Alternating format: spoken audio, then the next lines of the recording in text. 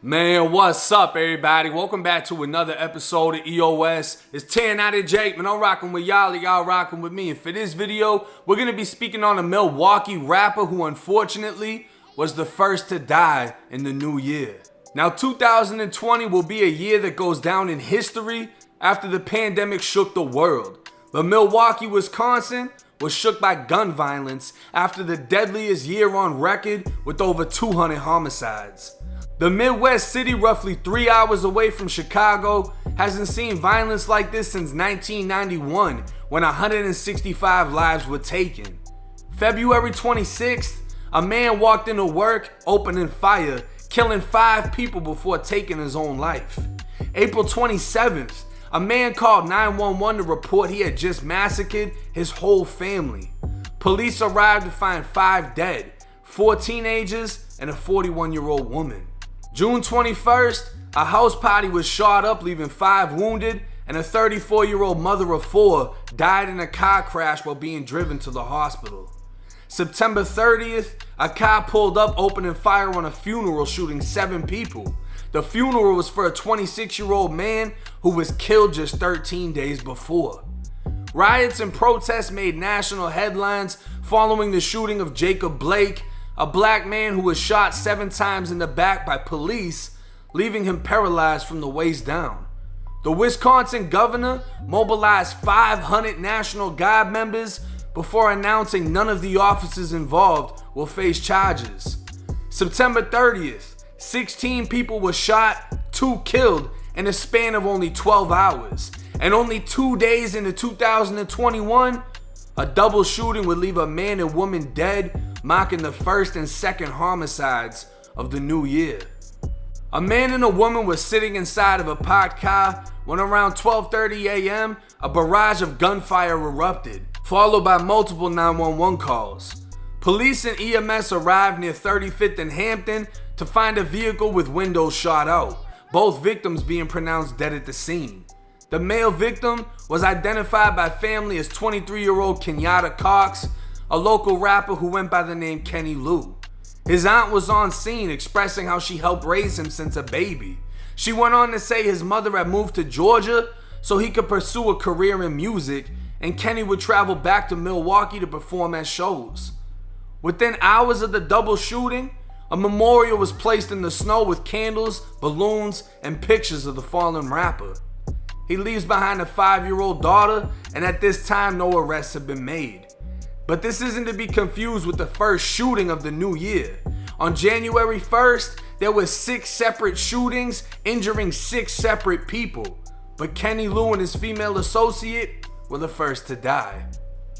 Now, I wanted to touch down on this video for a couple of different reasons. He wasn't a mainstream rapper. He wasn't anybody that was known across the country. He might have been known in his own city.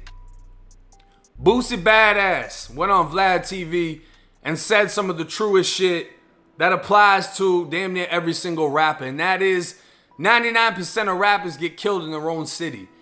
This man's mother made the decision to move to Georgia, I'm assuming Atlanta or somewhere near Atlanta, because a lot of people are under the assumption that if you move to the city that's popping, that's known for music, you'll somehow get into the industry and have a successful career.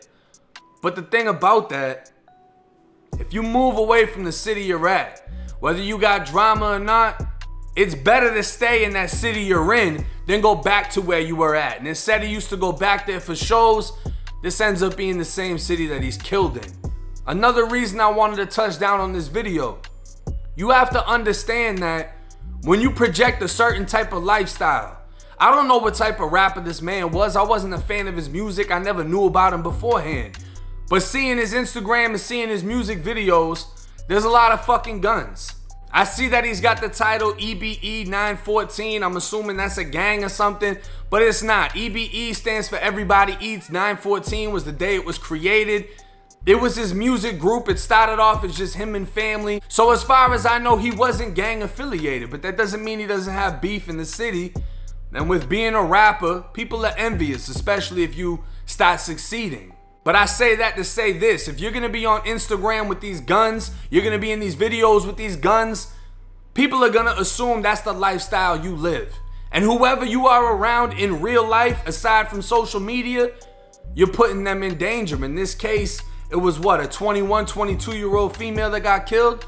She got hit up in the car. I'm gonna assume he was the driver. If you see the video, the driver's window was blown the fuck out. So either these bullets were traveling through his body, hitting her, or she was in the driver's seat getting struck by the bullets first. Either way it goes, you have to understand, the lifestyle you choose or the lifestyle you portray affects everyone around you. Just like your death will affect everyone around you. Your whole entire family, your friends, your fans, whatever. But if you're gonna be out in public with your daughter, if you're gonna be out in public with your girlfriend, with your mother, you're putting them at risk, projecting the image that you're projecting. I don't know if he was really a gangster in real life or it was just a rap shit, but I'm confused by why every single rapper nowadays feels the need to have a fucking gun in a video. Everyone nowadays needs to be a gangster rapper. It's not just regular normal shit, you know what I mean? Everyone has to have the guns and all the ops and all this extra shit, even if that isn't their real life. And what happens is, because they're projecting it, it becomes their real life. It gets the attention of motherfuckers that's really living like that don't have the money, that aren't as successful, and they're gonna stop beefing with you, assuming that you're on that same type of time. And we all seen what happened with Woo Biddy, the comedian from Philly. Woo Biddy takes out the phone, hey, I'm on live, it doesn't matter. 15 gunshots go off, and he's fucking dead.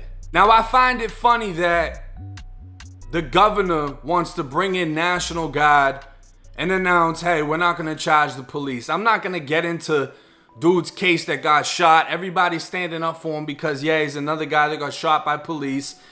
He turned his back and went inside of the car to fucking grab something, and the cop opened fire. So you can have your own opinion on that. If you want to further that opinion, he also had a charge because he walked into his BM's house uninvited, shoved his hands down her pants, and said her pussy smells like she's been fucking somebody else.